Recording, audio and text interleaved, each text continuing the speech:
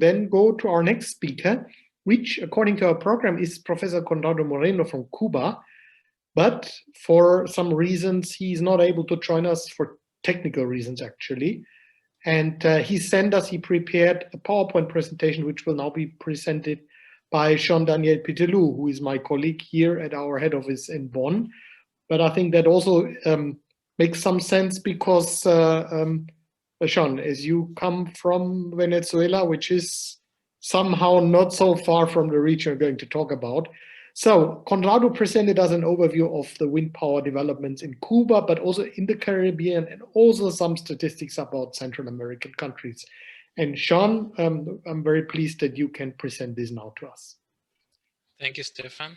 And thank you, everybody. And first, I would like to send my regards to our colleagues from Cuba, Conrado, Alejandro. And thank you also for sharing this slide so we can share this with all the other people in the webinar. So, yeah, first I will start with Cuba. In Cuba, there's this zero use of fossil fuels. Let's say they're unwilling to, they want to do that. But first they need to have some actions before they achieve that, of course. And the first thing they want to do is to decrease or the demand of electricity in the country, or to, let's say, to have more efficient use of energy. And the other one is increase, of course, the use of renewable energy, especially wind and solar and biomass. So there are some, let's say, steps they have to fulfill for reaching this goal. One is, of course, establishing a strategy for 100% renewable energy use in the country. Second one is to kind of reduce the use of oil in the country. In the recent years, they had a lot of oil coming out from Venezuela, very cheap oil. So there was a lot of, let's say, improvement in terms of energy and also economy in the country. But of course, Venezuela is also in a crisis since some years. So they're receiving less oil. So of course, they're trying to find any other sources now. So they're kind of getting back into the track again of renewables. So also, of course, to develop some technologies and capacity building in the country. So in terms of what is the energy sources in Cuba by the current situation, they have biomass, especially from sugarcane, huge capacity. They also have some hydropower, also some solar energy and wind power, but not as much as you can see here. Only 4 wind farms are there. And you can also see here at the end some of the, let's say, on the consumption side, where the main use for which are, let's say, kind of autonomous in terms of energy in Cuba. So these are some of the actually solar power plants they have installed in the recent years. Here you can see some 2.5 megawatt wind solar farms in some areas of the country. Some of them are, because you can see here on the rooftop of some small companies. Others are like independent or isolated solar farms. So what are the prospects? Since 2014, they kind of approved a new policy where they wanted to increase by 6 times the current renewable energy installations in Cuba. So the goal is to install 2 gigawatts of new electric power, mainly by solar and wind and biomass. So you can see here in this list how many wind farms they're planning to install on solar wind farms. But also they want to use other kind of renewable energies, especially on urban solid waste and solar thermal energy. So the electricity mix should look like this in 2030. You can see here an increase of biomass, also some 6% of wind, 3% of solar, but still they are quite dependent on oil. And this is important because they don't have any, or they have very little oil resources, so they have to import most of this oil, and especially mainly now from Venezuela, which at the same time is currently under a kind of oil crisis. They don't have gasoline in the country, so they're not so willing to now ship oil outside the country. So what is happening in the development, or will be the development? They want to produce, generate 7,000 gigawatts per year from renewable energies in 2030. They will have, of course, have some high costs, about 3,700 million US dollars, and they will have a significant reduction on CO2 emissions. And they, of course, they want to fulfill this policy also to contribute on the mitigation of climate change. So this is a nice picture of one of the wind farms in Cuba that have been installed before 2010. You can see here the 4 operative wind farms in Cuba, where they are located and which year. So you can see here after 2010 there was no new wind farm installations in Cuba. As I mentioned, it was one thing that influenced that. It was the support from Venezuela in terms of oil. So they didn't have to go to renewables because they were getting cheap oil. So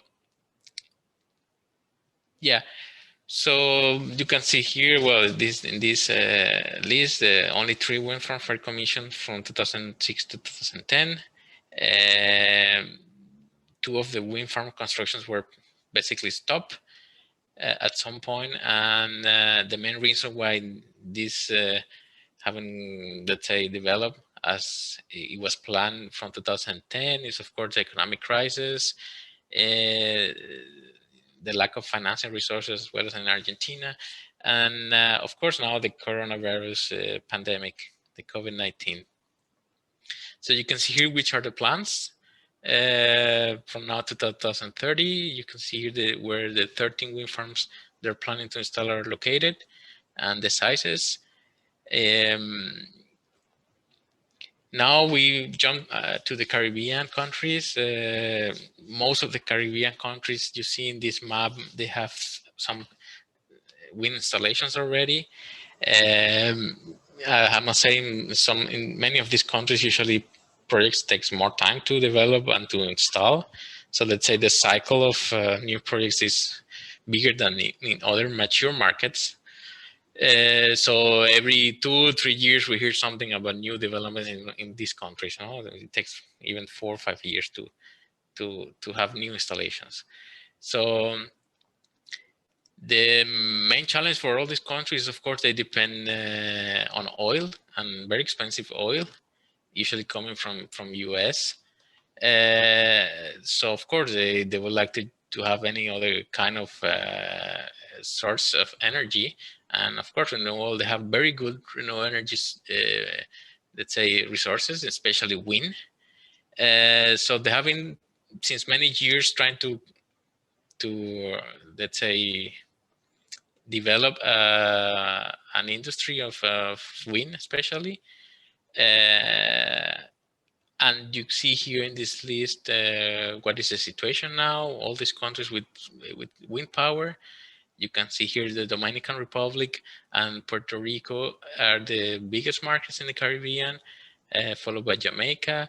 So you can see here also, and this is my opinion, many of these countries have a similar, let's say, or even less population and area than Uruguay. So they should follow the example of Uruguay in how they, from starting with small increases of wind power, then suddenly they could reach bigger installations. So I think it's time for many of these countries that they take as an example, and they finalize or they concrete this increasement in the wind power generation. So in other Central American countries, you can see here Panama, and we have very good installations in the recent year, and Costa Rica also. So the same as in the Caribbean countries, every 2, 3, 4 years we hear some new wind farms that have come into the country. Yeah, and as well as I mentioned with the case of Uruguay, it should be an example for many of these countries on how they can increase, or how they can mature, let's say, more the wind industry in the countries. I have to say that all these countries, of course, have been affected on the coronavirus, especially on the economic side. Basically, just the decisions or the priorities have been shifted maybe to other areas, more critical at the moment. But there is a lot of resources, and the wind and solar resources.